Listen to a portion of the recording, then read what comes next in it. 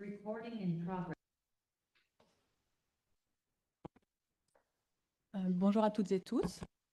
Donc, vous avez entendu, c'est enregistré pour cet après-midi. Donc, si vous voulez revisionner après, on partagera le lien.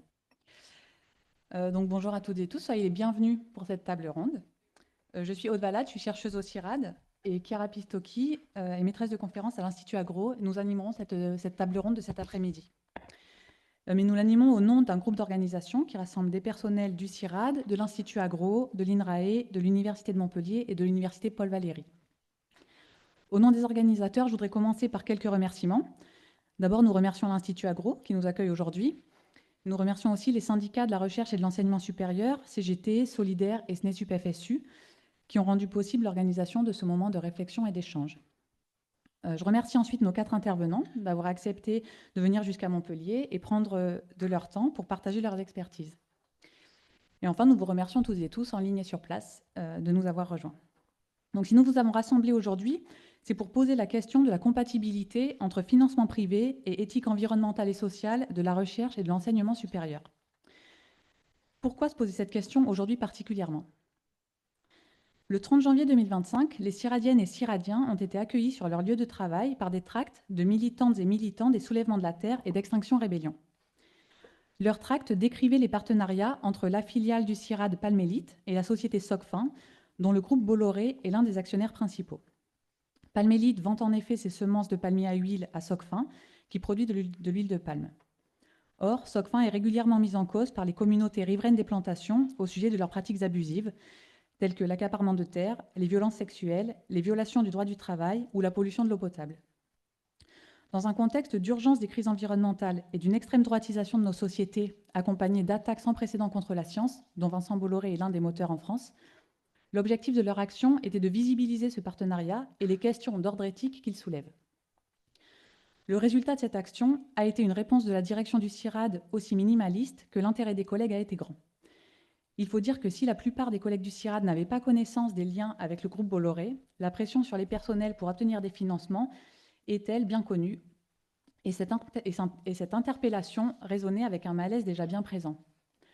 Le CIRAD est un EPIC, établissement public à caractère industriel et commercial, dont la subvention pour charges de service public ne couvre pas l'entièreté des charges, imposant une recherche de ressources contractuelles. Ce statut d'EPIC en fait un avant-poste des politiques économiques nationales. D'ailleurs, le fait que le groupe organisateur de cette table ronde ait rapidement débordé des frontières du CIRAD, ainsi que la diversité des personnes présentes à cette table ronde, témoignent que ces préoccupations gagnent la communauté dans son ensemble. Les chiffres de la dépense intérieure publiés par le ministère de l'Enseignement supérieur et de la Recherche montrent la dépendance croissante de l'enseignement supérieur et de la recherche au financement privé. Dans les dernières décennies, les dépenses publiques, donc ici pour la contribution relative en jaune, diminuent ou stagnent et laissent la place au secteur privé, ici en bleu. Alors qu'en 2000, 80% des dépenses intérieures de l'enseignement supérieur étaient couvertes par l'État, aujourd'hui c'est moins de 60%, avec une forte chute à partir de 2020. Cette tendance est justifiée par des restrictions budgétaires et un désengagement de l'État, mais laisse aussi entrevoir un glissement d'idéologie politique, d'une vision du savoir au service du bien commun, vers un savoir au service de l'innovation et de la compétitivité. Il n'est pas question de dénoncer tout type de financement privé, mais il n'est pas non plus question d'opter pour la naïveté. La question sous-jacente qui a été posée au CIRAD sur l'utilité sociale de sa production de connaissances selon son financement est loin d'être originale. Les mises en cause des liens entre entreprises et universités ou laboratoires de recherche sont fréquentes dans la presse et n'épargnent aucun domaine. Énergie fossile, chimie, médecine, big tech, viande, tabac, université ou école d'ingénieurs. Les médias révèlent régulièrement comment des entreprises privées s'immiscent dans la production scientifique ou l'enseignement supérieur. Dans les cas révélés dans la presse, elles défendent leurs intérêts de manière plus ou moins subtile et à rebours de l'intérêt général. À cet égard, la crise climatique est un exemple flagrant. Le réchauffement global depuis l'ère industrielle est d'environ 1,3 degré, avec des conséquences qui s'aggravent dans le monde et dans le sud de la France aussi, avec des étés qui sont passés d'une saison de légèreté à une saison de danger à laquelle il faut s'adapter. Cette conférence a d'ailleurs dû être reportée en raison de la canicule de début juillet. Face aux constats scientifiques, dans la société et dans les laboratoires, on voit pourtant une vague de déni climatique qui impose de reposer la question du rôle des savoirs dans la société, de leur lien avec les intérêts privés d'un côté, avec les décisions publiques de l'autre. Ces quelques constats introductifs laissent deviner l'ampleur de la question que nous souhaitons poser aujourd'hui et qu'on pourrait résumer ainsi. Comment garantir l'indépendance de la recherche et de l'enseignement supérieur pour former des citoyens éclairés et produire des connaissances pour l'intérêt général et, in fine, pour l'émancipation des sociétés? C'est à peu près la question que nous avons soumise à nos invités, à qui je vais maintenant laisser la parole. Chaque invité prendra la parole pour environ 15 minutes avant une phase de table ronde et nous finirons par environ 30 minutes de questions de la salle. Merci. Donc, je vais présenter notre premier intervenant, Julien Gossa. Bonjour à tous et toutes. Donc, Julien Gossa est maître des conférences en informatique, membre du laboratoire SAGE de l'Université de Strasbourg CNRS. Il enseigne à l'IUT d'Illkirch. Ses recherches portent sur l'utilisation des données administratives ouvertes pour observer l'action publique, notamment dans les secteurs de l'enseignement supérieur et de la recherche. Et aujourd'hui avec nous, il abordera les tendances des financements et leurs impacts sur les fonctionnements des universités. À toi la parole, Julien. Merci beaucoup. Merci, bonjour tout le monde. Merci beaucoup pour cette introduction et pour l'invitation. Je suis très content d'être parmi vous. Donc, ce que je vais vous présenter maintenant, c'est... Alors moi, je suis informaticien, donc je prends les choses beaucoup par le côté données. Donc, j'ai construit au fur et à mesure une vision très techno-bureaucratique, assez froide de comment marche notre système d'enseignement supérieur. Et je vais essayer de vous montrer un bout d'explication de comment ça se fait qu'on ne se comporte pas systématiquement de la meilleure façon possible. C'est quand même assez étonnant. On a des universités, des laboratoires qui sont très autonomes, qui sont généralement composés de gens qui sont conscients de l'état du monde, et pourtant, on a tendance à agir contre nos intérêts collectifs. Donc, je vais essayer de vous montrer comment tout ça s'est un peu articulé au travers de notre organisation nationale.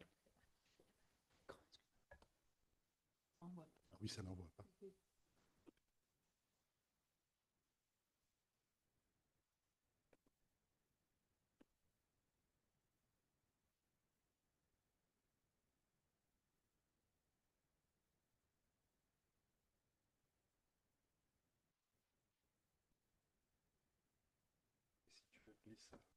Si tu le glisses à droite.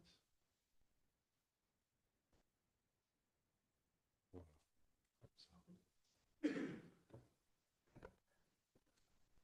Bon, ça c'est le problème d'être informaticien, c'est que...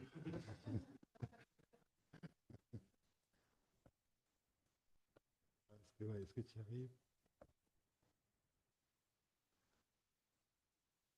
Voilà, parfait. Merci beaucoup, c'est très gentil. Donc là, ce que vous voyez, ce que je vous montre, c'est l'état du Code de l'éducation. C'est l'article qui montre les contributions de l'enseignement supérieur à la nation. Et ce que vous avez à gauche, c'est la version initiale à l'an 2000, au moment où on a codifié le Code de l'éducation, et son état aujourd'hui en 2025. Vous voyez, on est passé de 3 contributions, donc qu'on pourrait résumer en caricaturant à enseignement, recherche et progrès collectif, à une myriade de contributions, avec des points, des sous-points. Et c'est seulement en 2020, où il y a le 4e bis qui est apparu, qui dit à la sensibilisation et à la formation aux enjeux de la transition écologique et du développement durable. Avant ça, il n'y avait il y avait aucun mot sur l'écologie. Et vous voyez, déjà, c'est un peu biaisé, on est sur développement durable.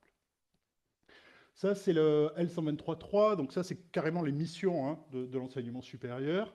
Là encore, c'est seulement en 2013 où on a rajouté et de développement durable. Et vous voyez, une fois de plus, une inflation des missions.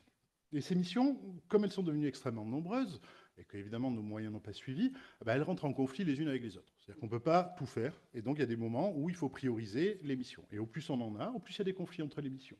Donc vous voyez, là, il y a le service public de l'enseignement supérieur contribue à la croissance et la compétitivité de l'économie, quelque chose de très économique, à la réalisation d'une politique de l'emploi, encore économique, prenant en compte les besoins économiques, toujours économiques, et après on a le paquet socio-environnementaux et culturels et leur révision prévisible. Donc vous voyez, ça donne un petit peu, quand on fait l'équilibre dans la phrase, on voit bien que on est là pour faire de l'économie et puis, si possible, un petit peu du reste, quoi.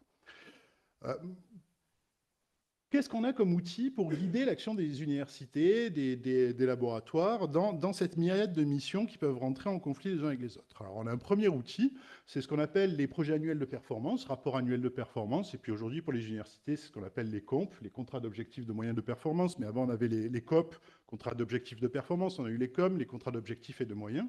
C'est des fichiers Excel. Chaque ligne est un objectif à tenir, et puis on chiffre un indicateur.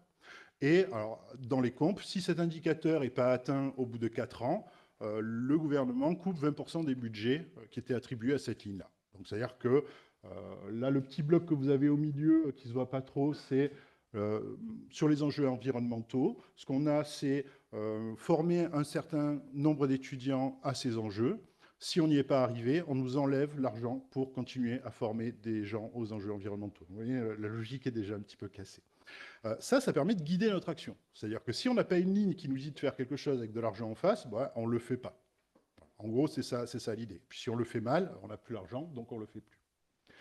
Le deuxième type d'outil qu'on a, c'est des tableaux de bord. Donc ici, vous avez les tableaux de bord financiers des universités. Donc c'est une somme d'indicateurs avec des petits carrés. Et quand le carré est rouge, c'est très mal. Donc ici, vous avez l'université de Montpellier. Vous voyez, résultat net comptable en millions d'euros. Tout allait très bien jusqu'en 2024, où là, ça devient rouge, donc c'est mal. Donc c'est-à-dire qu'il faut agir tout de suite là-dessus. Quel que soit... Après, il faut trouver les moyens. On a autonomie. Hein. C'est-à-dire qu'il faut arriver à trouver comment agir sur cette case-là pour qu'elle redevienne verte. D'accord? Et tout ça, ça va pouvoir guider notre action.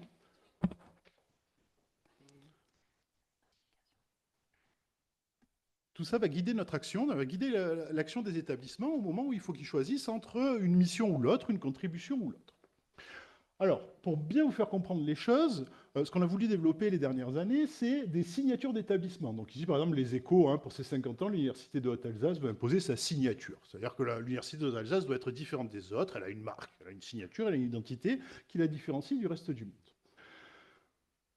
Et on va aller regarder comment la signature d'un établissement peut s'établir par rapport à 3 indicateurs de performance que je viens de vous montrer dans les PAF. Par rapport à un indicateur de performance éthique, qu'on va prendre la transition écologique, par rapport à un indicateur de performance formation, qui est l'insertion professionnelle et les ressources propres étudiantes, c'est-à-dire la commercialisation des diplômes. Et puis au niveau recherche, partenariat, transfert de technologie et recettes propres recherche, c'est-à-dire ce que le privé nous donne pour qu'on puisse faire des recherches. Alors, premier scénario, on va prendre un établissement qui est purement éthique. C'est-à-dire qu'il va orienter la totalité de son action vers le fait d'être conforme à ses valeurs, conforme à l'état du monde. Bon, alors, au niveau éthique, c'est très bien, évidemment, hein, pas de problème. Par contre, au niveau de formation, ça veut dire qu'on va devoir sélectionner les disciplines. Il y a des disciplines qu'on ne va pas faire parce qu'on va estimer qu'elles ne vont pas dans le sens souhaitable de notre société. Si on ne fait pas ces disciplines, à ce moment-là, si c'est des disciplines qui mènent à l'emploi, on va avoir les taux d'insertion qui baissent. Donc on a nos indicateurs de performance qui baissent. Comme nos taux d'insertion professionnelle baissent, nos diplômes ont moins de valeur, donc on va pouvoir moins facilement les commercialiser. Au niveau recherche, c'est un peu pareil. Ça veut dire qu'on va refuser des partenariats. On va dire, ah ben non, t'as Bolloré, on ne veut pas travailler avec toi. Ça veut dire qu'on va refuser des contrats, donc refuser de l'argent, donc on aura moins d'argent et moins de productivité en recherche. Donc quand on est éthique, les conséquences, c'est que bon, on pourrait penser hein, qu'à terme, la planète et la société est sauvée. Par contre, on a une chute des indicateurs de performance. En termes techno-bureaucratiques, c'est très mauvais. Et une chute des moyens, donc à terme de la qualité de notre travail. Et on risque des conflits. C'est-à-dire qu'on risque des conflits avec nos étudiants qui quand même ont besoin de trouver un emploi et avec nos tutelles qui quand même veulent qu'on produise des travailleurs avant tout. Maintenant, si on prend une signature rien sur l'éthique, c'est-à-dire qu'on ne regarde absolument pas ce côté-là, on va vers l'augmentation de nos indicateurs de performance, l'augmentation de nos moyens. Alors là, en termes de formation, on se prive de rien. On fait tout ce qui peut conduire à l'emploi ou tous les diplômes que des gens sont prêts à acheter. On ne perd pas de temps. On perd pas de temps à aller faire de la sensibilisation aux enjeux climatiques ou à lire des rapports du GIEC. D'accord, on ne fait que professionnaliser nos étudiants. En termes de recherche, on va évidemment se tourner vers les grands groupes qui ont le plus d'argent à nous donner, etc., etc. Donc, en termes de conséquences, on va améliorer nos performances. On va améliorer nos performances et l'État va nous accompagner. C'est-à-dire nos tutelles vont dire c'est très bien, vos indicateurs de performance sont au vert, donc on continue à vous donner de l'argent pour vous fonctionner un petit peu mieux. Alors évidemment, il y a un vrai risque pour la planète et la société d'une manière générale. Il y a un risque réputationnel, c'est-à-dire que quand on se prend les reporters qui fait un classement des établissements qui sont les plus verts, on risque d'être en bas du classement et donc d'avoir un problème réputationnel à un moment. Donc il n'est pas énorme, mais il existe. Et on a un problème de mauvaise conscience, c'est-à-dire que on n'a pas fait ce qu'il fallait, et ça, c'est jamais agréable. Heureusement, on a la troisième voie. La troisième voie, c'est l'équilibre raisonnable. Alors, ce qu'on va faire pour l'éthique, c'est qu'on va faire des choses très simples qui sont sensibilisation et communication. D'accord ? On ne va pas aller plus loin que ça. Et en même temps, on ne va pas non plus se priver de tous ces partenariats ou d'ouvrir des formations qui sont rentables. En faisant un peu de communication et de sensibilisation, on fait passer tous nos indicateurs dans le vert, on se donne bonne conscience, et ça ne nous coûte pas grand-chose. C'est-à-dire qu'à l'Université de Strasbourg, c'est 2 heures par étudiant. D'accord ? Vous voyez l'enjeu climatique, on va tous mourir. Chez nous, ça se traduit à 2 heures par étudiant. Alors, où en est-on globalement dans notre système une fois que je vous ai raconté tout ça? Alors, un indice, c'est ce graphique-là, qui est, donc vous avez 4 séries ici, vous avez la subvention pour charge de service public, c'est ce que l'État donne aux universités et aux établissements d'enseignement supérieur pour qu'elles fassent leur mission de service public un petit peu comme elles le souhaitent. Vous avez le nombre d'étudiants qui est en vert, donc c'est les deux courbes d'en bas qui augmentent à peu près de 5%. Alors c'est pas, c'est sans compter l'inflation, donc les budgets baissent à euro constant. Et puis la courbe qui est juste au-dessus, c'est les recettes formation, c'est-à-dire c'est l'argent qu'on rentre en commercialisant nos diplômes. Et là, vous voyez, on est à x3. C'est-à-dire qu'on a commercialisé nos diplômes et on ne commercialise pas nos diplômes de façon éthique. On les commercialise parce que ça ramène de l'argent. Et ce que vous avez tout en haut, où ça fait x5, c'est les recettes propres recherche. Et ça, les recettes propres recherche, parce que ça se développe en faisant des partenariats avec les entreprises et en répondant aux projets ANR qui, eux, dépendent exclusivement des priorités de l'État, qui ne sont pas forcément les priorités de l'établissement ou les intérêts des citoyens. Et tout ça, c'est en dehors des filiales. C'est-à-dire que là, ce que vous avez, c'est la comptabilité publique. Toutes les universités disposent de leurs filiales, qui sont des structures semi-privées qui échappent complètement à la comptabilité publique. Et quand on fait des partenariats avec les grands groupes, en général, ça passe plutôt par ces filiales-là. C'est-à-dire qu'il y a une énorme masse d'argent sur ce graphique qui ne se voit pas et qui ça montrerait encore plus qu'on dérive d'un système purement public qui pourrait être en adéquation avec une forme d'éthique globale, sociétale, pour aller vers quelque chose qui est au service d'eux. Et quand on est au service d'eux, c'est au service de puissance économique, qui en général ne s'embarrassent pas trop d'éthique. Voilà, j'en ai fini. Donc, petite conclusion, on se retrouve face à une démultiplication d'émissions. Quand on a des multiplications d'émissions, elles rentrent en conflit. Ces conflits, ils sont tranchés par une action techno-bureaucratique, c'est-à-dire que ce n'est pas des acteurs sur le terrain qui décident. Les acteurs sur le terrain sont contraints par tout un ensemble d'outils qui vont leur dire, qui vont guider leur action. Les indicateurs de performance, quand on va les regarder, ça montre que l'éthique a à peu près aucune place. Il y a un ou deux trucs sur la formation aux enjeux climatiques, mais en réalité, c'est tout de suite développement durable. Donc, c'est-à-dire que vous voyez, tout de suite, on est orienté. Il n'y a absolument rien sur les autres formes d'éthique. Il n'y a pas un indicateur autre que celui-là, alors qu'il y a des centaines d'indicateurs. Globalement, être éthique, ça ne représente pas d'avantage en termes de fonctionnement et en termes économiques à l'heure actuelle pour nos établissements. Faire semblant d'être éthique, ça suffit largement. Donc, ce n'est pas par méchanceté que c'est le service de com des établissements qui s'occupe des enjeux environnementaux. C'est parce que c'est rationnellement le meilleur endroit où il faut le mettre par rapport aux indicateurs de performance qu'on nous colle. Alors, les risques, en plus du risque existentiel, puisque bon, la planète ne va pas très bien, c'est d'abord une démoralisation des personnels. C'est-à-dire que quand on est plongé là-dedans, on est quand même tous des chercheurs, enseignants-chercheurs, universitaires, on voit bien l'état du monde et on voit bien que moi je suis informaticien, on me demande d'enseigner l'IA à mes étudiants, je vois bien ce que fait l'IA et ça me pose des cas de conscience et quand j'ai ce genre de cas de conscience, je travaille moins et je travaille moins bien. Et donc probablement un petit peu de quiet quitting, c'est-à-dire de gens qui, si on me demande de faire ça, je ne vais pas le faire. Enfin, je ne vais pas me battre, mais je ne vais pas le faire. Une forme de perte d'identité. C'est-à-dire que l'université, la recherche, a toujours été de faire ce qu'on estime être juste et vrai. Et là, on commence à faire de plus en plus des choses qu'on sait injustes et fausses. Alors, qu'est-ce qu'on a comme porte de sortie? Pas grand-chose, à part un gros débat national qui décide à quoi ça sert la recherche, à quoi ça sert l'université, et qui replace les choses à l'endroit où on voudrait qu'elles soient. Ça va probablement continuer comme c'est déjà bien avancé. Et probablement que l'enjeu, c'est la sortie de l'insertion professionnelle et des enjeux économiques. Ça veut dire que le seul moyen d'arriver à être éthique, c'est de dire, nous, bah, voilà, on ne forme pas les gens pour qu'ils trouvent un emploi, on forme des citoyens émancipés, point barre. Et il se trouve qu'ils trouveront un emploi parce que les citoyens émancipés, en général, sont de bons travailleurs.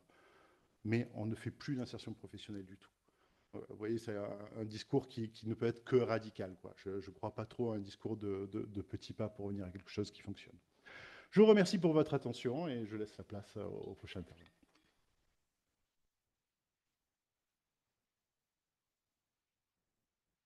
Alors, merci beaucoup, Julien. Je donne la parole et je présente les prochains Julien. C'est Julien Lefebvre. Il est maître des conférences, habilité à diriger des recherches et chercheur à l'Institut de neurosciences de la Timone et enseignant au département informatique de AMU. Ses activités de recherche concernent la modélisation géométrique de la forme du cerveau avec l'utilisation de modèles mathématiques et des simulations pour la compréhension de la morphogénèse du cortex. Depuis quelques années, il réoriente ses activités d'enseignement et de recherche autour des questions de l'impact environnemental du numérique et de l'intelligence artificielle. C'est bon? Ouais. Ah, Ouais, merci. c'est bon. Ça À toi la défile tout parole. seul. Hop, je reviens en arrière. Ouais.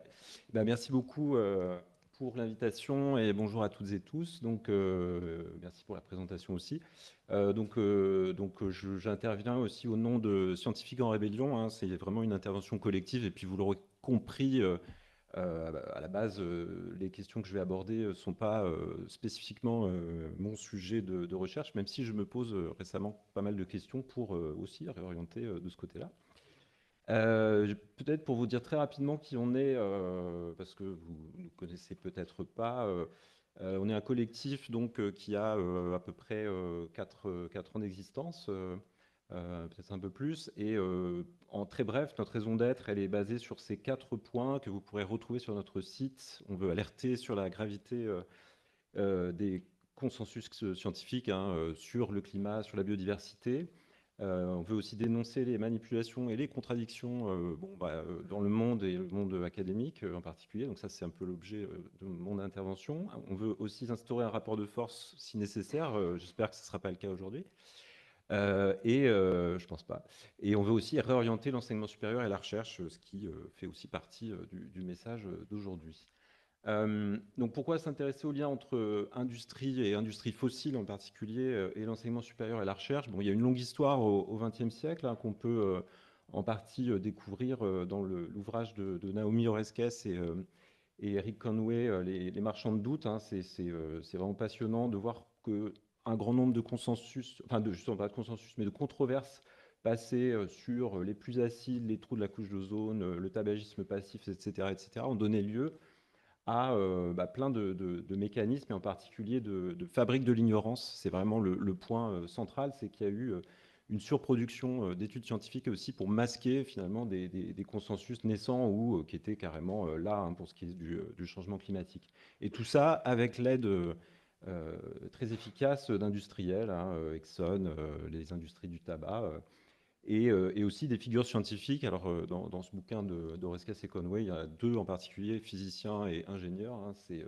Seitz et Singer, qui ont vraiment un rôle central, hein, qui passent comme ça d'un sujet à l'autre, un peu en dehors de leur champ d'expertise, et qui essaient d'influencer, surtout au niveau des politiques publiques par leur image de scientifique. D'autres aspects beaucoup plus récents, notamment liés au Big Tech, hein. Là, cet article que j'ai mentionné, mais il y en a plein d'autres, hein, sur le lien entre la Big Tech et l'industrie du tabac. Donc, on retrouve des stratégies un petit peu similaires. Il y a des influences parfois plus subtiles qu'on voit au niveau des résultats de recherche scientifique, hein, sur des méta-analyses. Cette étude-là en particulier, Barnes et Béraud, en 98, montrait que savoir si le tabagisme passif pouvait avoir des conséquences sur le cancer, c'était très fortement déterminé par l'affiliation, enfin pas l'affiliation des auteurs, mais savoir s'ils avaient été financés par des industries du tabac. Enfin, les résultats sont incroyablement éloquents. Donc ça implique aussi quelque part derrière un enjeu complètement épistémologique, quoi, de quel est le degré de certitude qu'on a sur nos connaissances scientifiques, sachant qu'on peut avoir des influences de ce type-là. Donc c'est pas uniquement des aspects éthiques, mais c'est aussi comment on fait de la bonne ou de la mauvaise science, hein, même si on peut être tout à fait de bonne foi, mais avec ces financements-là, rien ne garantit qu'on produise de la bonne science.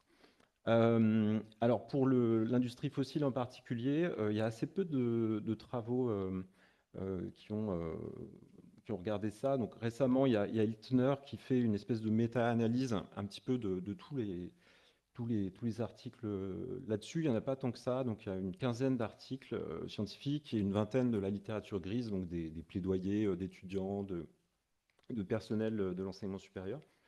Et bon, il y a un certain type euh,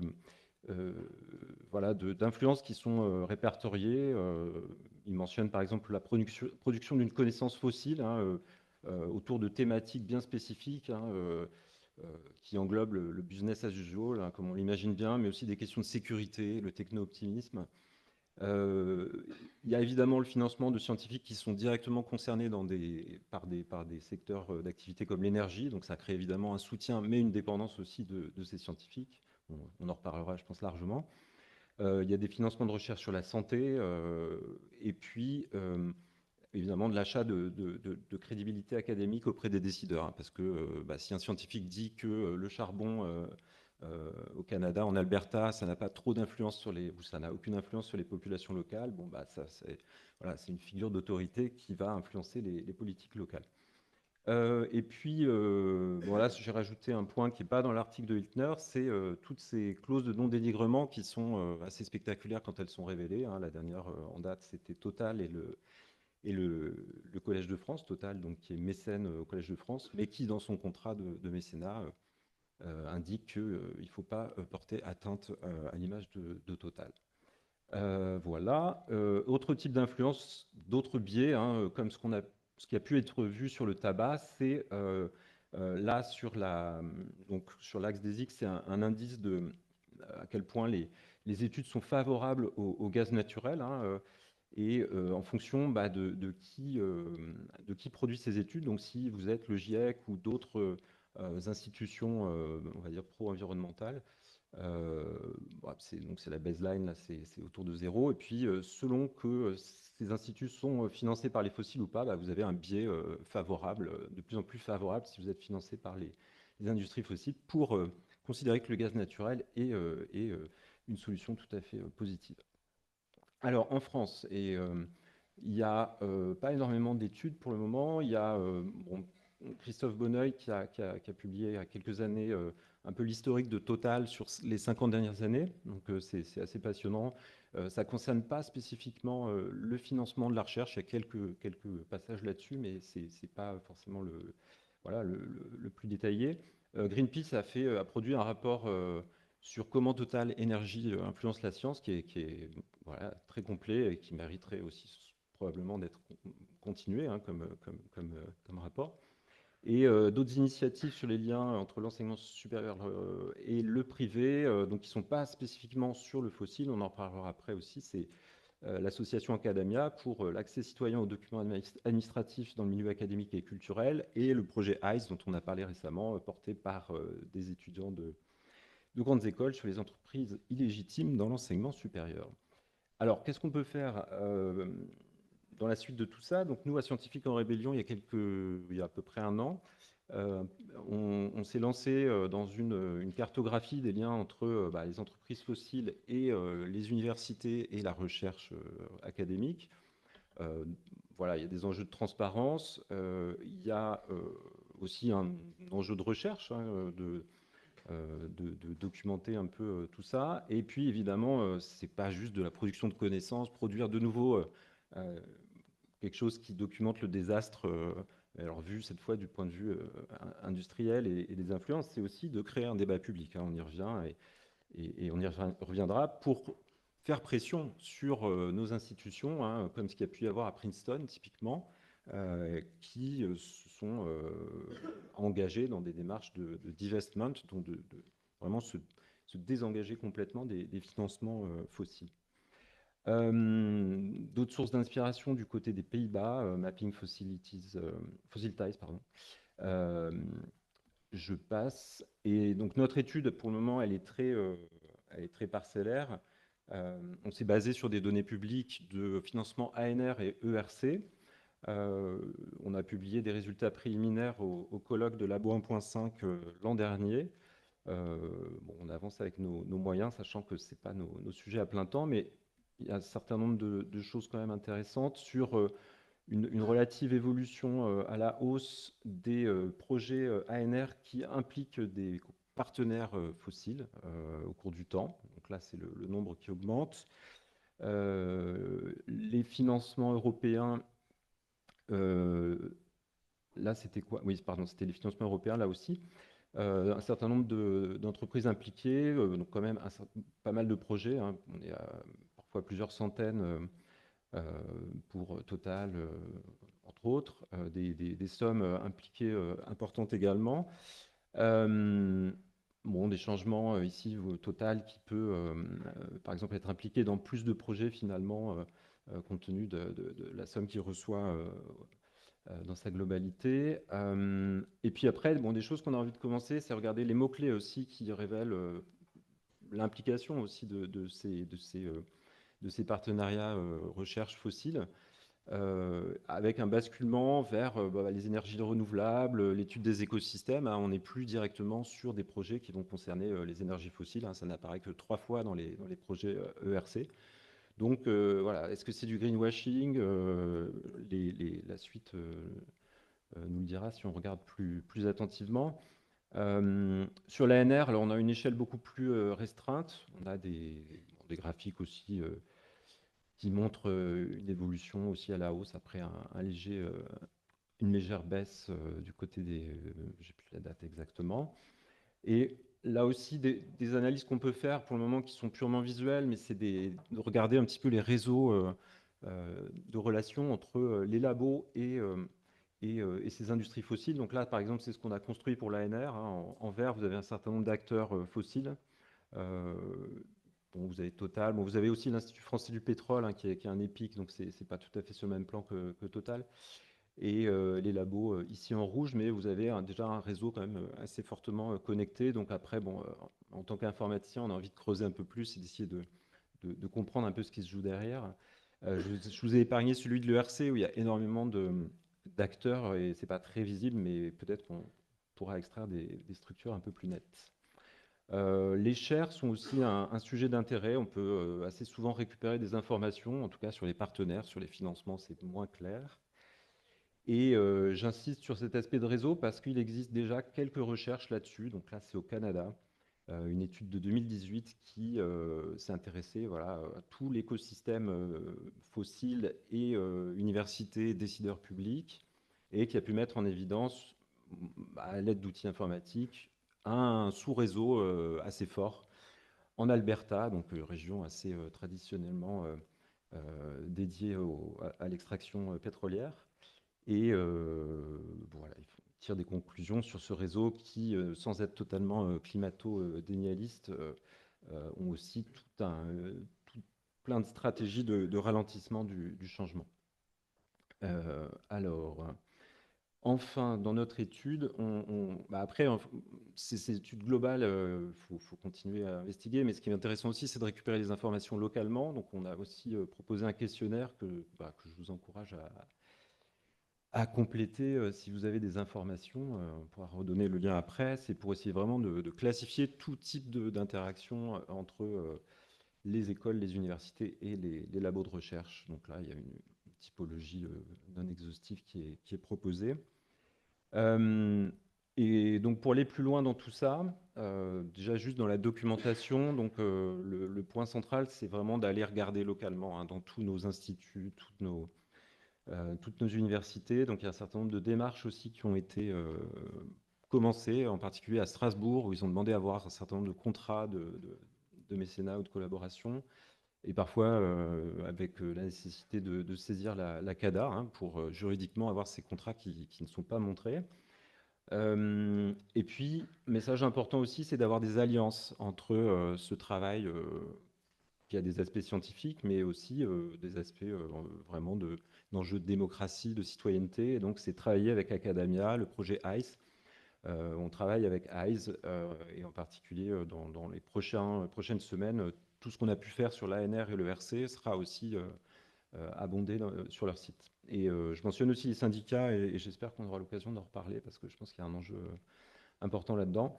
Sur la régulation, j'ai pas tellement de pistes à proposer, si ce n'est des références, un rapport d'étudiants de l'ENS encadré par Amaury Lambert sur une méthodologie pour savoir s'il faut accepter ou refuser certains financements privés. Dans Iltner aussi, il y a un certain nombre de recherches et d'actions. Et puis, voilà, il y a un positionnement éthique, nous, qu'on a à Scientifiques en Rébellion, c'est que ça nous semble pas tenable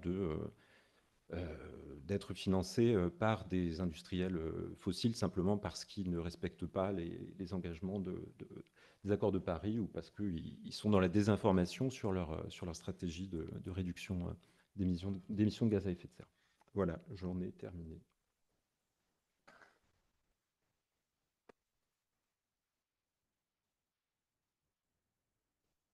Alors, merci Julien. Donc, je donne la parole, je vous présente d'abord à Christine Noiville, présidente du comité d'éthique du CNRS, les COMETS, et Étienne Boustaré, membre du comité d'éthique du CNRS. Donc, Christine, elle est docteure en droit, directrice de recherche au CNRS. Elle analyse les liens entre les droits et les évolutions scientifiques. Ses principales recherches concernent les biotechnologies, la bioéthique, les principes des précautions, les brevets, l'environnement. Elle mène ses recherches au sein de l'Institut de sciences juridiques et philosophiques de la Sorbonne, qu'elle dirige à l'Université Paris 1. Elle préside le Haut Comité pour la transparence et l'information de la sécurité nucléaire et co-dirige les cahiers droit, sciences et technologies. Étienne Boustaré est physicien, spécialiste des matériaux semi-conducteurs. Après une carrière internationale de chercheur au CNRS et d'élu au Comité national de la recherche scientifique, il est à la retraite depuis 2024. Ancien directeur de l'Institut Néel à Grenoble, il est membre du comité d'éthique du CNRS, comme je l'ai dit, depuis 2021. Merci à vous. Merci à vous. Merci pour l'invitation et bravo d'organiser ce débat sur ce sujet vraiment important, les relations entre la recherche publique et le secteur privé, leurs modalités, leur légitimité même, puisque c'est vraiment ça l'enjeu de la discussion d'aujourd'hui, qui a conduit le comité d'éthique du CNRS à se saisir de la question il y a quelques mois maintenant. En fait, l'avis, il est encore en gestation. C'est Étienne à ma droite qui en est le rapporteur. Mais voilà, il devrait sortir à la fin du premier trimestre 2026, on peut peut-être se dire ça, en tout cas bientôt.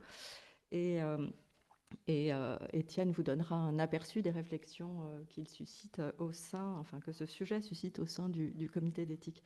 Alors, en ce qui me concerne, Aude m'a suggéré de faire une petite présentation du comité d'éthique du CNRS, de ce sur quoi, enfin de ce à quoi il sert, de ce sur quoi on a travaillé ces dernières années, etc. Donc en fait, il a été créé en 1994, donc il n'est pas tout jeune, avec pour mission de réfléchir à ce qu'on appelle les impacts sociétaux de la recherche scientifique.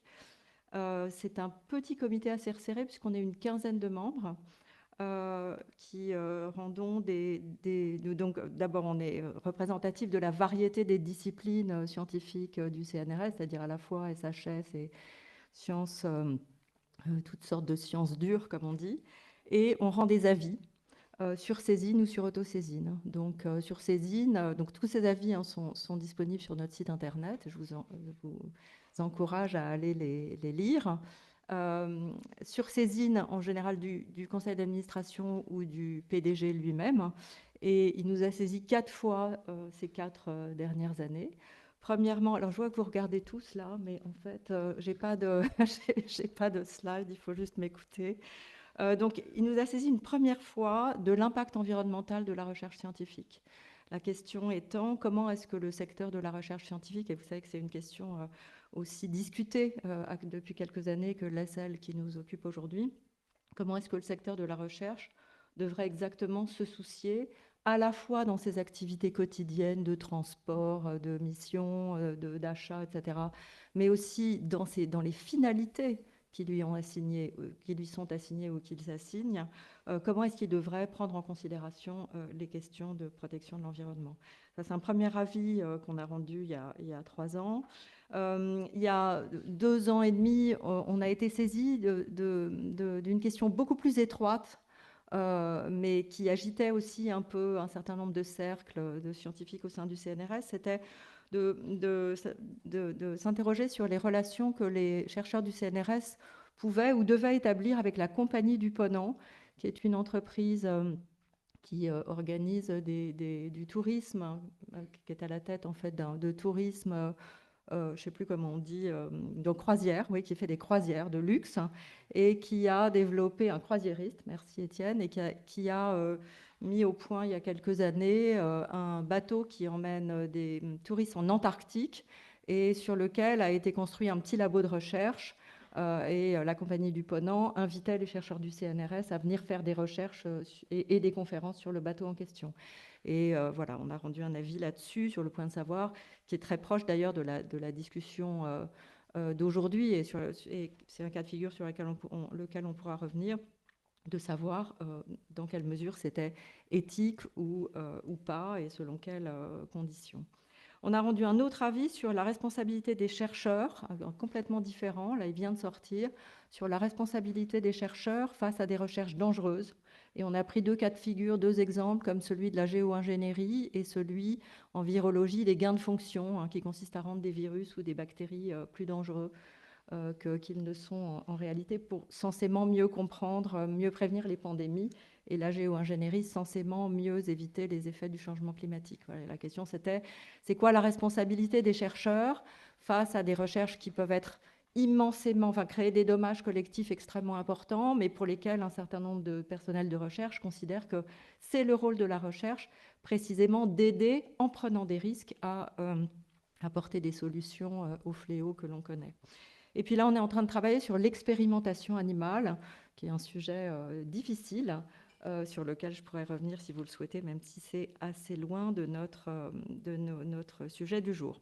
Donc, 4 saisines dans les 4 dernières années. Il y en a eu évidemment dans les années qui précèdent. Vous les trouverez vous trouverez les avis sur notre site. Mais le COMETS peut aussi s'auto-saisir. Et ça, c'est important qu'il puisse s'auto-saisir pour 2 raisons. La première, c'est que c'est quand même un gage de son indépendance. Ça permet de mettre sur la table des questions qui pourraient être gênantes pour certains, voire complètement tabous. Et puis l'autre raison pour laquelle c'est important, c'est qu'on n'a pas le droit, il n'est pas prévu que l'on puisse être saisi par les chercheurs, mais il est important qu'on puisse faire remonter les questions, qu'on puisse en tout cas s'auto-saisir de questions qui nous remontent des chercheurs. Or, on a été beaucoup interpellés ces derniers temps, d'une part, d'une question sur laquelle on a rendu un avis il y a 1 an et demi à peu près, qui s'intitule « L'engagement public des chercheurs ». Est-ce que les chercheurs, au-delà de leur expression publique en tant que passeurs de leurs résultats de recherche, etc., peuvent aussi prendre des positions normatives, par exemple sur la politique de lutte contre le réchauffement climatique ou la politique migratoire ou que sais-je encore. Et puis un deuxième sujet, qui est celui du jour. Il faut savoir qu'il nous est remonté ces dernières années maintes questions de la part de personnels de recherche eux-mêmes sur alors que penser de la chaire totale au Collège de France dont Julien a parlé tout à l'heure. Moi, je suis personnel de recherche au sein d'un organisme. On me dit que je vais devoir travailler intervenir dans telle conférence ou travailler sur tel sujet dont je m'aperçois qu'il est financé par telle entreprise privée avec laquelle je ne suis pas complètement raccord en termes de valeur, etc., etc. Et Étienne vous donnera d'autres exemples, mais on a eu une multiplicité de questions qui nous sont remontées, qui nous ont conduits à penser qu'il était vraiment important de nous saisir de ce sujet dans toutes ces dimensions à la fois positives et potentiellement très négatives. C'est ce qui fait d'ailleurs la difficulté de la réflexion là-dessus. Voilà, maintenant, j'espère que je n'ai pas mangé sur ton temps, Étienne. À toi. Tout ce que tu as dit était utile. Vous l'applaudirez après. Hein? Oui.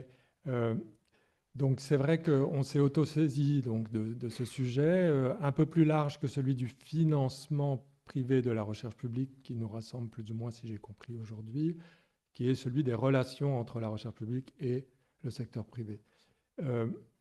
Alors, c'est vrai qu'on a été saisi. Un des exemples qu'on se rappelait dans le train tout à l'heure, c'était en 2022, il y a eu un comité d'éthique local de Sophia Agropolis ou un truc comme ça, qui nous a dit, qui nous a envoyé un mot en disant, pas seulement à nous, à d'autres comités d'éthique. Et d'ailleurs, à ce propos, il y a d'autres comités qui se sont prononcés sur ce type de sujet ces dernières années. Si vous regardez, vous pouvez trouver des commissions qui ont... Enfin, je ne veux pas vous donner les références maintenant, on y reviendra. Je pense que Christine a d'ailleurs siégé dans certaines de ces choses-là. Oui, donc les deux questions, c'était est-ce qu'on peut travailler sur le changement climatique en étant financé par une industrie du pétrole, en gros, et d'énergie fossile, et est-ce qu'on peut travailler sur les pesticides en étant financé par une entreprise de l'agro-chimie, en l'occurrence. Et donc, c'est posé comme ça et remonté sur diverses formes. C'était difficile de l'éviter. En même temps, on a fait du chemin, on a travaillé sur d'autres sujets entre-temps. Et bon, on arrive à la fin de notre mandat et on s'est dit qu'on allait travailler sur celui-ci aussi, même si on l'avait donc touché quelquefois dans d'autres travaux. Alors, donc la raison principale, c'est d'être interpellé pour s'autosaisir. Mais il y en a d'autres, hein, c'est que c'est un paysage qui change beaucoup, qui a évolué assez rapidement, que donc même s'il y a des avis précédents, eh ben, il faut les reprendre. Il y a aussi une évolution dans l'historique du COMETS que vous a brossé Christine. On peut dire que les aspects de déontologie et d'intégrité scientifique étaient assez prégnants au début à la création du comité, mais que maintenant ils sont pris en charge, en tout cas au sein du CNRS, par d'autres structures. Il y a des référents, il y a des déontologues. Donc du coup, on passe sur des enjeux effectivement plus sociétaux. Il y a un glissement des sujets auxquels on s'adresse. Et donc, on rend des avis sur les principes. On essaye d'outiller nous-mêmes et les collègues au passage. En général, on ne prend pas beaucoup complètement d'opinions très tranchées. On fait des recommandations et on est resté très consultatif. Donc, au point de vue action et au point de vue rôle des comités d'éthique par rapport à ce qui a été dit tout à l'heure, saupoudrer un peu d'éthique, ça permet de faire passer des choses horribles. On est bien conscient de ça. Je pense qu'on a un autre rôle. Je pense que, en fait, mettre des problèmes sur la table et outiller la discussion, ça peut même amener à des divisions au sein des labos. Donc, je pense qu'on n'a pas seulement un rôle de calmant, de mon point de vue. Hein, mais bon, voilà. Loin s'en faut, je reviendrai sur ce point. Voilà. Bien. Alors maintenant, revenons aux relations avec le secteur privé. Déjà, on va commencer par les discours. J'imagine ce que le secteur privé a dans la tête, qu'il veut être rentable, etc. Et donc, je lui sers, dans l'introduction de mes articles, un petit discours à tout hasard, au cas où il y aurait soit les possibilités de financement, des éditions de revues ou qui seraient sensibles à ça. Je vais mettre que ma recherche, quelle qu'elle soit, peut être utile. Et je vais trouver des exemples d'utilité potentielle. Ça, c'est un discours que un certain nombre de gens, dans un certain nombre de disciplines, de collègues dans un certain nombre de disciplines, en tout cas dans la mienne de la physique des matériaux, c'est clair, utilisent. C'est même devenu presque, on ne se rend pas compte qu'on le fait, quoi. On dit ça va être utile, ça peut servir le bien public, etc. Dans l'autre sens, les entreprises, qu'est-ce qu'elles analysent de nos valeurs à nous, scientifiques?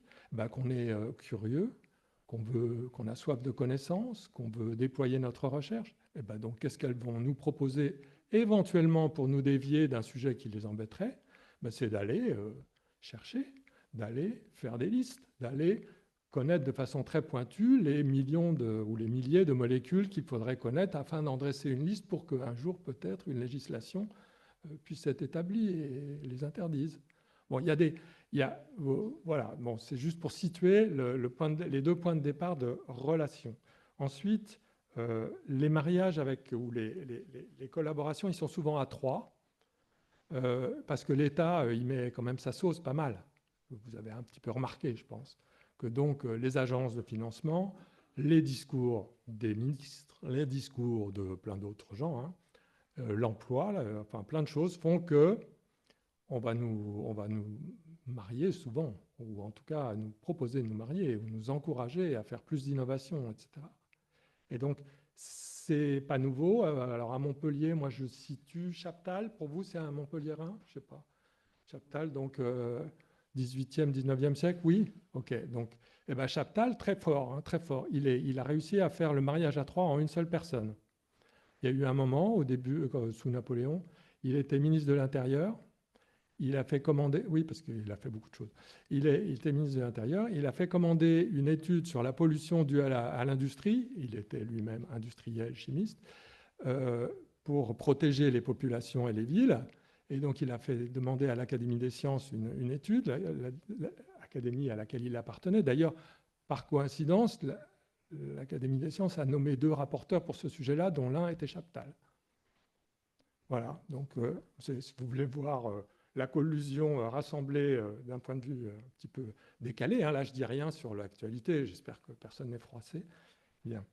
Donc il y a vraiment des sujets qui posent des questions.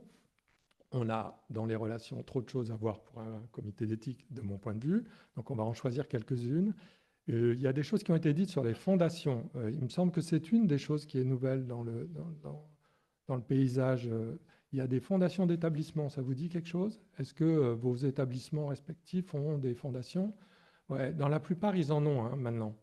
En gros, ça a commencé avec les RTRA en 2007. Je ne sais pas si ça vous dit quelque chose. Il y en avait 13. On a donné 50 millions d'euros à 13 universités.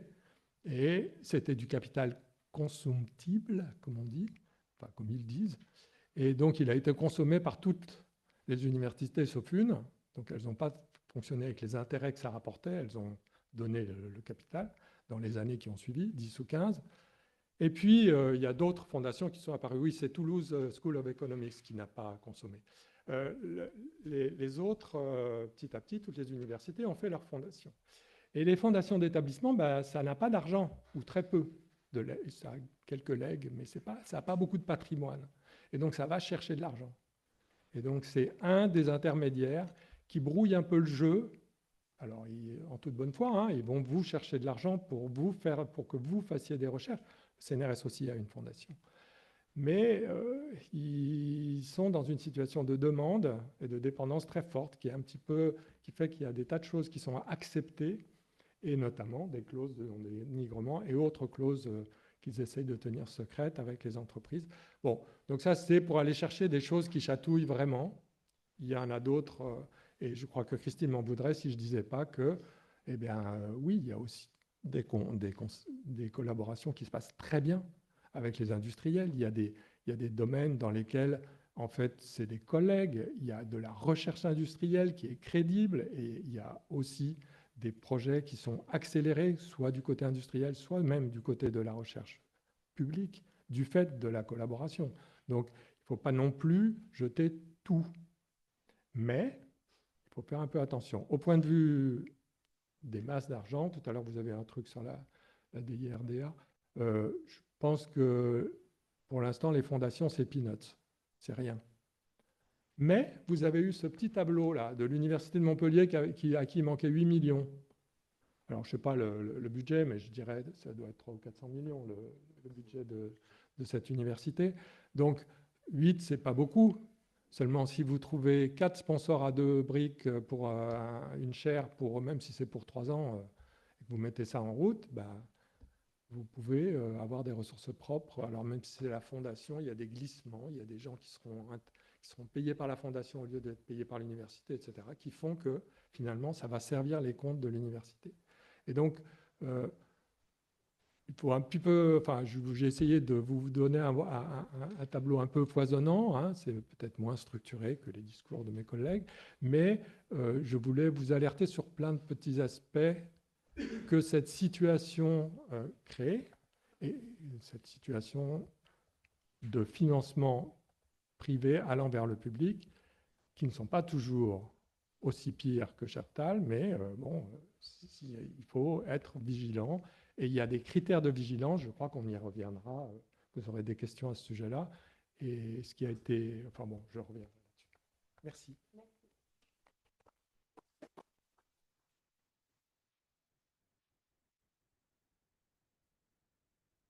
Merci beaucoup à tous les quatre.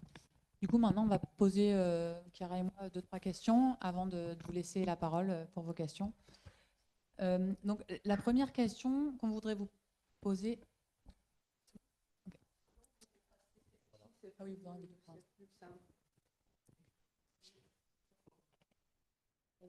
Donc là, vous avez mentionné plusieurs types de financement.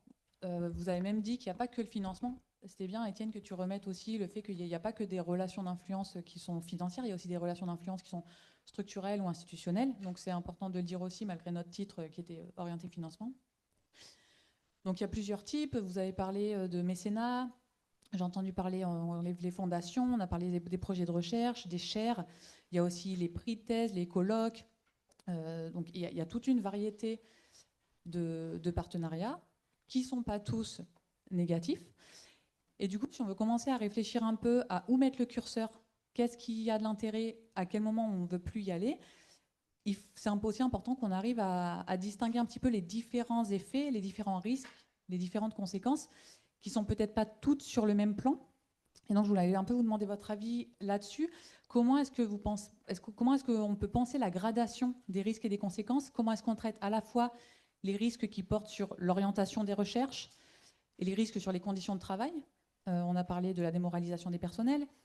Comment est-ce qu'on traite pareil les risques liés à l'éthique environnementale ou à l'éthique sociale selon les différentes disciplines? On a parlé au moins de santé, de climat et de numérique là.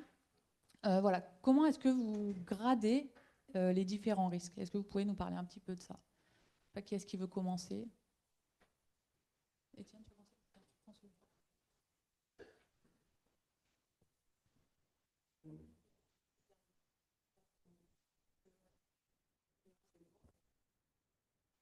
Excusez-moi. Oui, là-dessus, souvent, ce qu'on commence à parfaire, alors ça c'est donc un réflexe de comité d'éthique, excusez-nous, c'est on regarde les valeurs auxquelles on se réfère et on fait une gradation des valeurs. Alors on ne peut pas les graduer parce que les droits humains, c'est des valeurs universelles et le fait de ne pas tricher sur la vérité scientifique ou en tout cas sur l'état de l'art et le consensus du moment, ça c'est aussi un droit important. Et il se trouve qu'en tant que scientifique, on n'est plus légitime à défendre celui-là, parce que sinon personne ne va le faire à notre place, que les droits humains. Donc vous voyez que ce n'est pas tout à fait simple de mettre ça, de classer ça. Et alors après, je transpose ça, ces valeurs, je les projette sur les risques qu'il pourrait y avoir. Effectivement, donc il y a des risques de décrédibilisation de la science.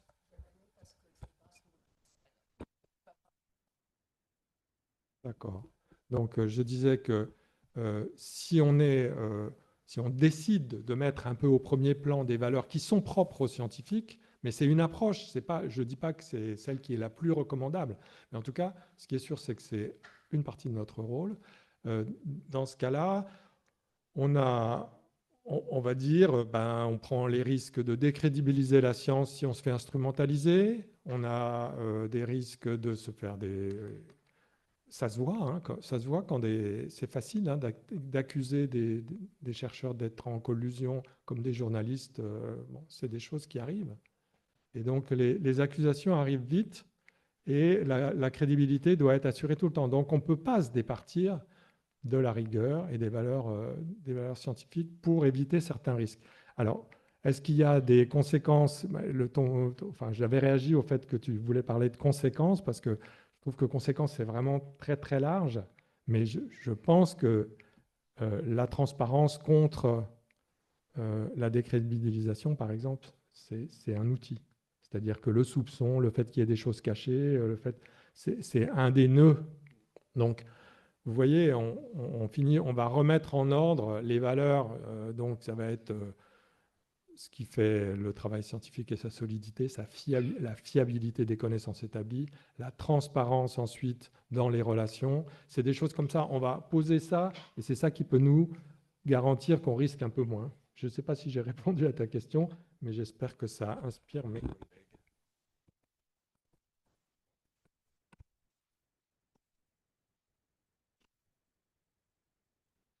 Ouais, moi je voulais peut-être revenir sur un cas un peu spécifique qui est celui du numérique, enfin en tout cas de l'informatique, où on a un phénomène qui commence à être de plus en plus documenté dans la littérature, qui est le brain drain. Donc vraiment l'absorption quoi, des meilleurs scientifiques du domaine de l'IA, typiquement par le privé.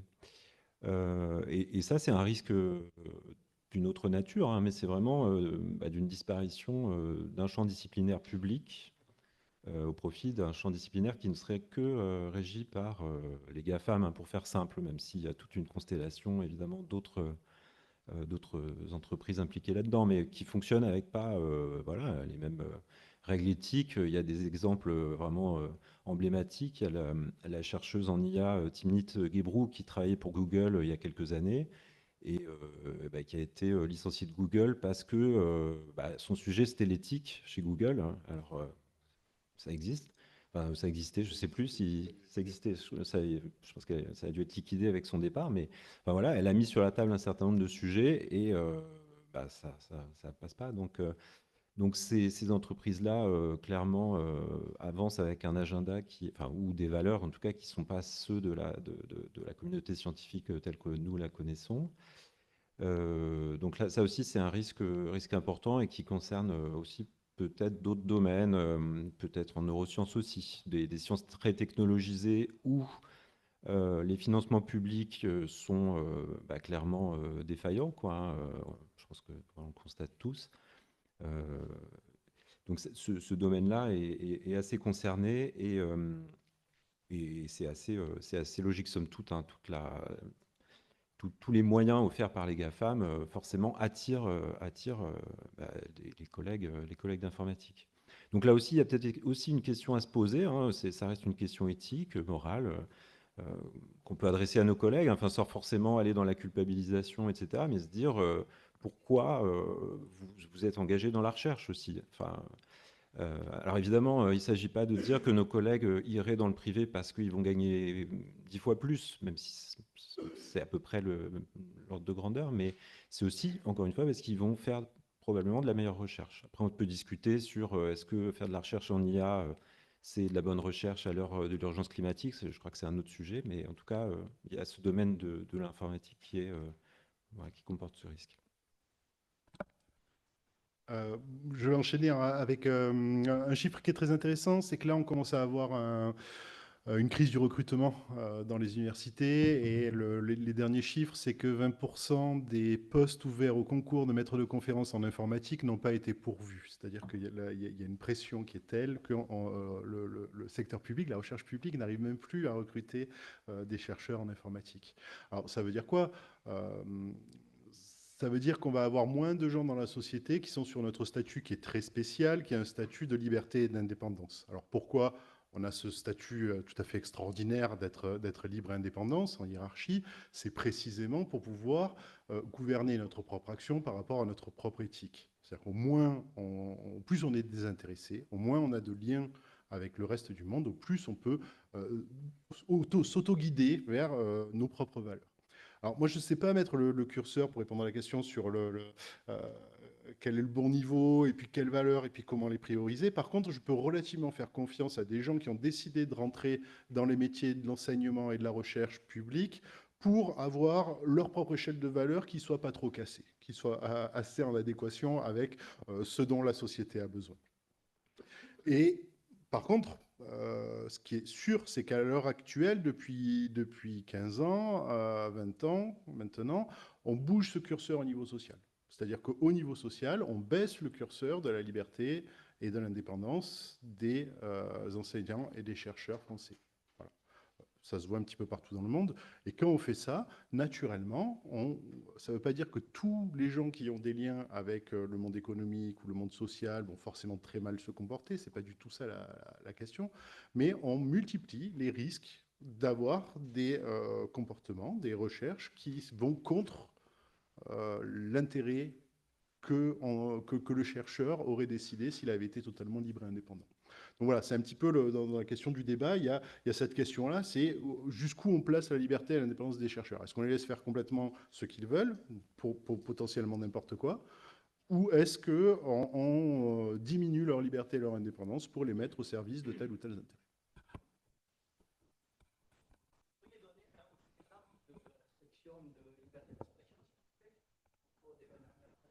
C'est pas des restrictions de liberté d'expression, c'est qu'il y a certaines recherches. Si vous voulez moi, je fonctionne avec 800 € de budget annuel. Voilà. Donc, c'est-à-dire que si je veux avoir plus que ça, il faut que j'aille à l'ANR et donc il faut que je me conforme à ce que propose l'ANR. Ou il faut que j'aille voir une entreprise et donc il faut que mes travaux intéressent une entreprise. Donc, c'est plutôt ça. C'est pas en termes. C'est jamais de la coercition dure. C'est plutôt si vous voulez avoir les moyens d'eux, si vous voulez avoir une promotion, si vous voulez, à ce moment-là, il faut aller chercher ailleurs. Et tout ça va diminuer mon indépendance. C'est-à-dire que pour avoir de l'argent, je vais faire autre chose que ce que j'aurais fait si j'avais eu de l'argent naturellement.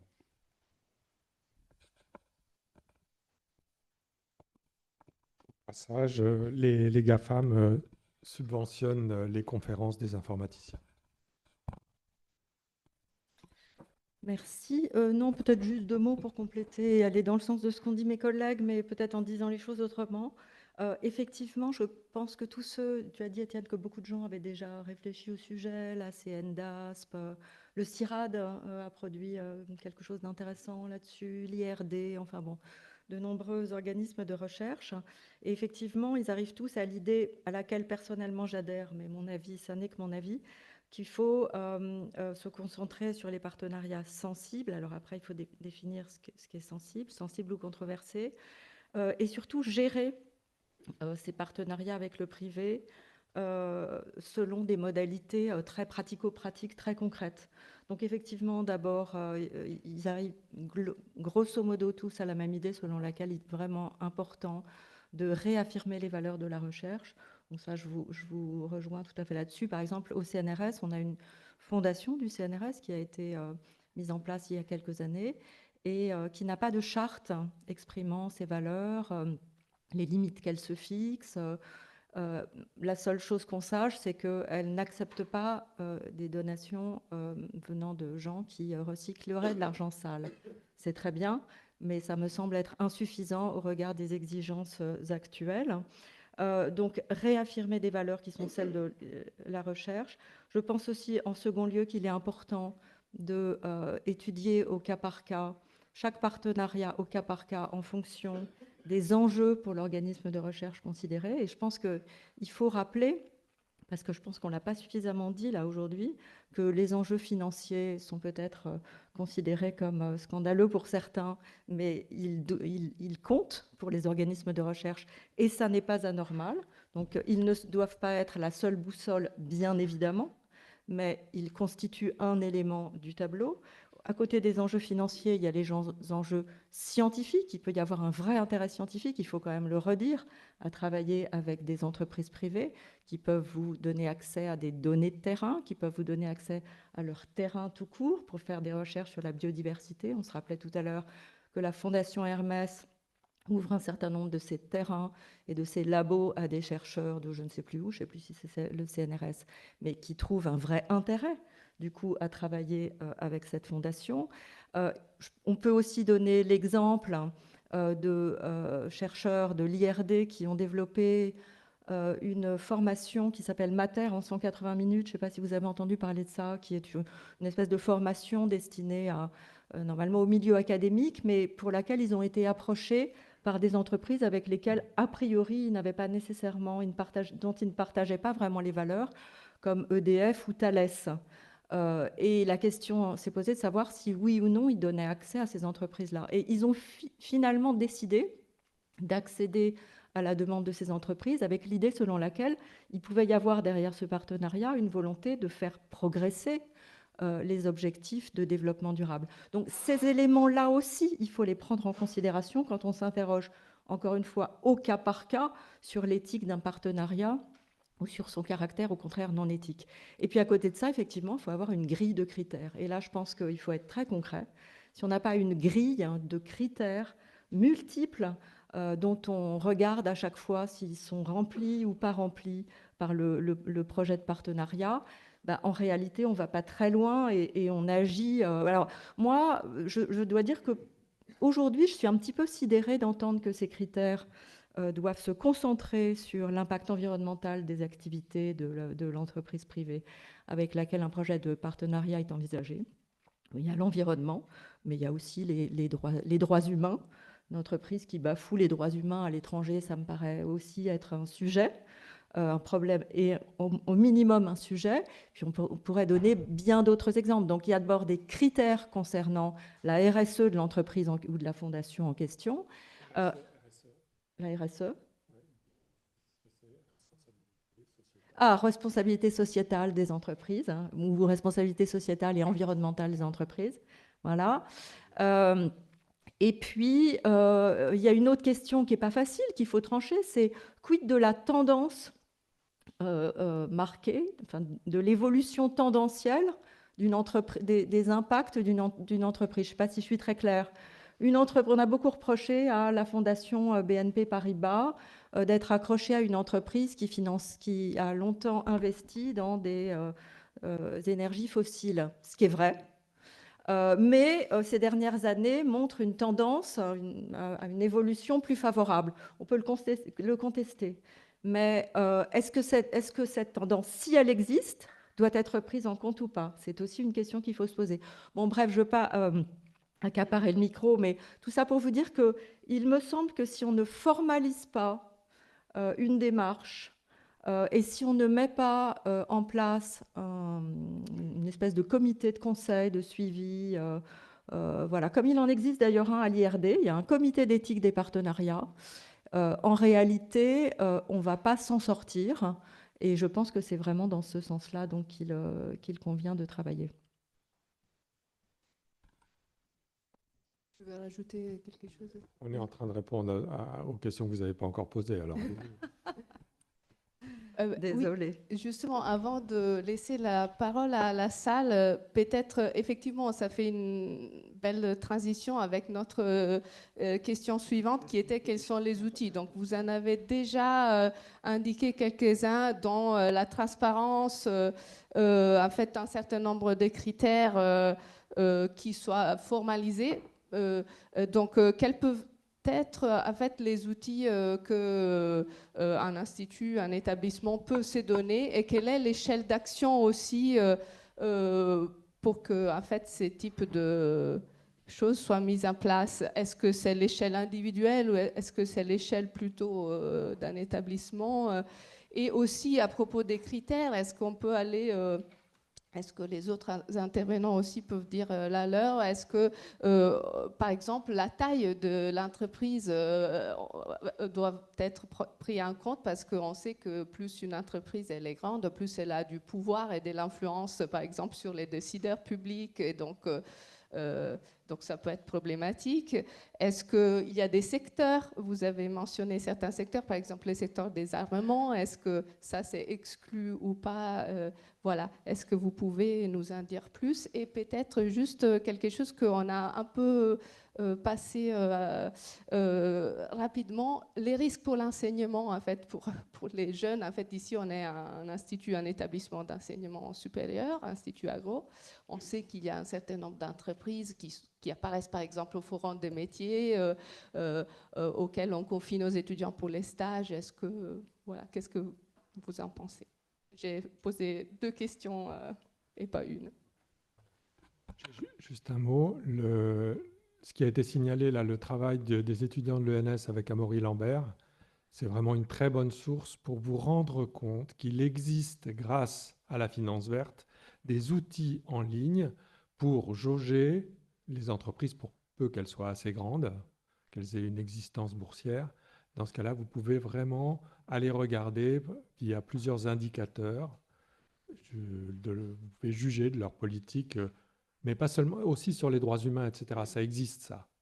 Donc, je recommande consulter le site là. C'est vraiment très bien parce que ça vous donne un pouvoir d'agir sur ce point-là. Quant à l'enseignement, oui, c'est évident qu'il y a un enjeu fort, mais je vais laisser les enseignants-chercheurs en parler. Oui, alors sur l'enseignement, je crois qu'il faut qu'on reste très modeste. C'est-à-dire que c'est pas nous qui décidons de notre mission. Notre mission à l'heure actuelle, c'est l'insertion professionnelle et c'est tout. Il n'y a aucun autre indicateur qui est utilisé pour distribuer l'argent ou pour prendre des décisions. C'est seulement l'insertion professionnelle, ce qui veut dire que toute notre performance en termes d'enseignement dépend exclusivement des performances économiques des entreprises qui embauchent les étudiants. Donc à partir du moment où on a un système économique qui permet à des entreprises non éthiques ou questionnables de gagner de l'argent et d'embaucher nos étudiants, on se retrouve par ricochet, par ce taux d'insertion professionnelle, on se retrouve assujetti à devoir former des étudiants pour eux. Et nous déciderions de ne pas le faire, des écoles privées le feraient. Vous voyez, donc on rentre tout de suite dans cette mécanique habituelle de déresponsabilisation et on n'y peut rien. Donc en fait, la question là tout de suite, dès qu'on parle formation, à mon avis, la question est extrêmement vaste, quoi. C'est-à-dire, c'est quel système économique voulons-nous? À partir du moment où on veut un système économique, où on tolère un système économique où des entreprises peuvent gagner de l'argent en saccageant la planète, alors nous continuerons à former des étudiants à aller travailler pour des entreprises qui saccagent la planète. C'est, je pense, aussi simple que ça.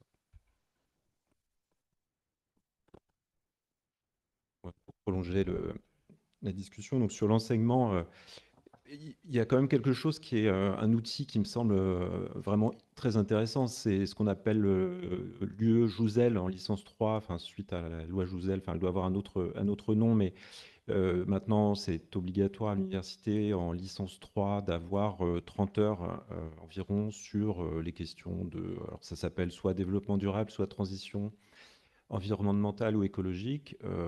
C'est un endroit où on peut vraiment aborder toutes ces questions en fait qu'on discute aujourd'hui. Alors, on peut certes décrire de manière très factuelle, très scientifique, on va dire, telle que les sciences dures peut-être l'envisagent, l'état dramatique du monde, mais on peut aussi aller un petit peu plus loin et montrer à nos étudiants, sans forcément adopter une posture militante, hein, voire même pas du tout, hein, mais simplement montrer la littérature scientifique comme je vous ai fait au début, enfin toutes les réflexions aussi que les collègues ont au sein des comités d'éthique, pour leur montrer aussi l'état des réflexions. Donc il y a des dispositifs que, en fait, on a la liberté, notre liberté académique d'enseignant-chercheur nous donne cette possibilité-là, quoi, de sensibiliser nos étudiants. Enfin, c'est quand même aussi, l'université, c'est quand même un lieu traditionnellement de voilà, critique, d'émancipation. C'est vrai qu'il y a ces missions bon,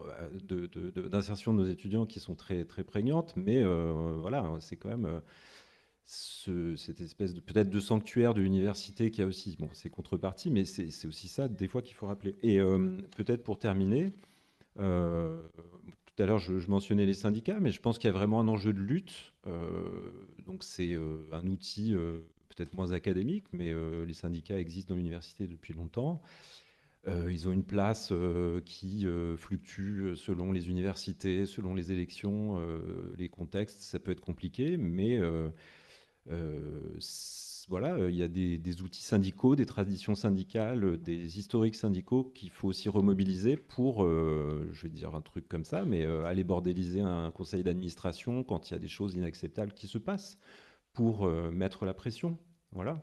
Donc c'est des moyens un tout petit peu moins conventionnels, mais je pense que c'est aussi, ça doit aller aussi de pair avec une réflexion qui est vraiment très très bien présentée par les étudiants de l'ENS et Amaury Lambert. Un texte vraiment que je vous encourage à regarder et qui commence d'emblée en disant bah, il faudrait refuser tout financement qui provient de l'armement, des énergies fossiles et de l'agrochimie. Voilà, ça commence direct par ça, page 2. Donc toute la suite est très intéressante par ailleurs.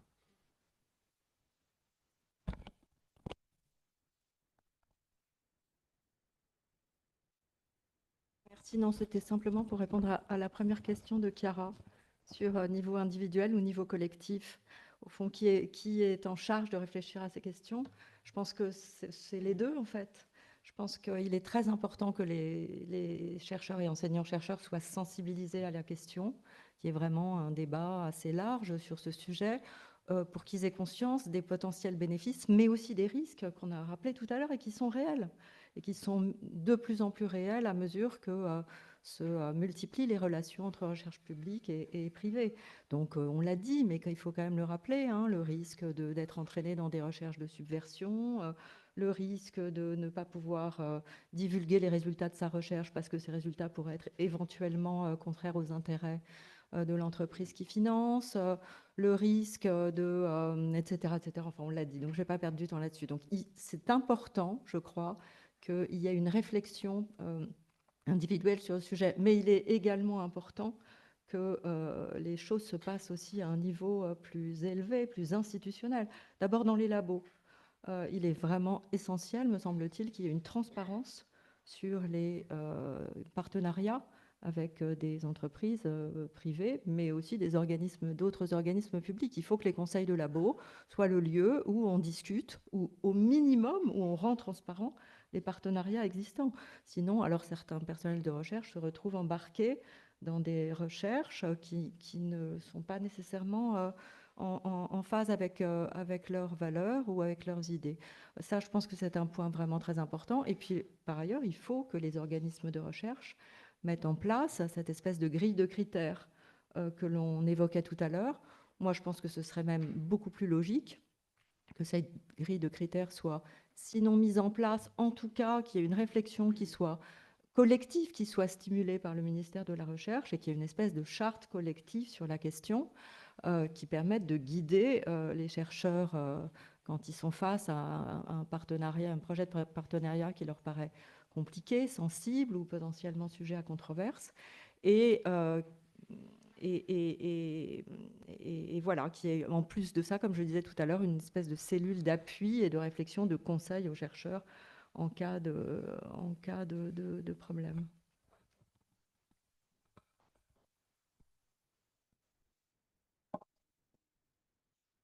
Est-ce que vous voulez rajouter quelque chose sur cette partie outils, solutions? Peut-être, est-ce que vous n'avez pas parlé trop des données? Donc, plusieurs fois, on a parlé de transparence, mais en même temps, ça a l'air difficile, Julien l'a mentionné, d'avoir accès aux données. Et donc, en fait, cette transparence, c'est un enjeu en soi. Julien Gossa, tu travailles sur les données un peu institutionnelles. Julien Lefebvre, tu as travaillé sur les données donc ANR des projets. Est-ce que vous pouvez nous dire un peu plus sur cet enjeu d'accès aux données? Alors, on a une loi pour la transparence d'une république numérique qui date de 2016, donc ça a bientôt 10 ans, et qui dit qui instaure l'open data par défaut sur les administrations. C'est-à-dire que, sauf s'il y a une raison claire et légale de ne pas publier une information, les administrations doivent publier leurs informations dans un jeu de données réutilisable, accessible sans login à tout le monde. Clairement, les partenariats tombent dans cette zone-là. Voilà, avec certaines protections. On n'est pas obligé de tout mettre, de mettre le nom des porteurs, etc. Mais ça fait partie des informations qui pourraient tout à fait être rendues publiques et publiques tout de suite. C'est-à-dire pas dans des vieux PDF au fin fond d'intranet dégueulasse où il faut aller gratter à la main, mais sur data.gouv.fr où on télécharge un fichier Excel ou un CSV et puis on a par année la totalité des partenariats. Ça ne dépend que d'une pression politique. C'est-à-dire que ça, c'est un mail de la direction générale. Si elle envoie ça à toutes les ONR et tous les établissements et qu'elle renvoie un autre mail 3 mois après en disant « oh, c'est toujours pas fait », ça sera fait immédiatement, quoi. Donc l'obligation légale existe, c'est la volonté politique qui n'existe pas, quoi. Je voulais juste nuancer le propos parce que, effectivement, le principe, c'est celui de la transparence. Donc, tout document passé entre les mains d'une administration ou d'un organisme public, quel qu'il soit, doit être mis à la disposition. C'est le droit du public, c'est le droit d'accès aux documents administratifs. Mais il y a un certain nombre de limites, en particulier celle du secret des affaires.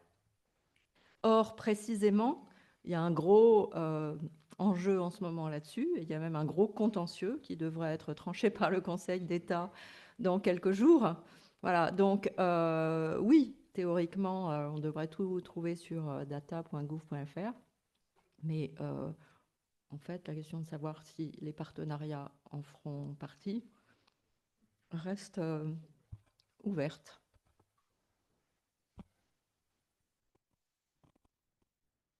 Non, pas grand-chose à ajouter. Je voulais aussi mentionner le Conseil d'État, là, mais peut-être dire que regarder toutes ces données, c'est aussi beaucoup de travail. Je crois qu'on en discutait avec Julien tout à l'heure et qu'on convenait que c'était, voilà, en tant qu'informaticien, ça nous amuse, mais c'est quand même beaucoup de boulot et que quelque part, ça c'est un peu annexe, mais c'est il y a aussi tout un champ de recherche qui est lié à l'exploitation des données voilà, disponibles publiquement et aussi de la littérature grise. Donc voilà, se pose aussi la question des fois de savoir si nos objets de recherche doivent évoluer. Est-ce qu'il faut financer aussi ce type de recherche? Et là, on reboucle un peu sur la question de départ. C'est qui va accepter de financer ça? Est-ce que l'ANR sera d'accord si on propose une cartographie du financement de la recherche publique par les industries fossiles? Je ne sais pas. Merci pour ces réponses. Maintenant, on va passer la parole à la salle avec, donc on va alterner.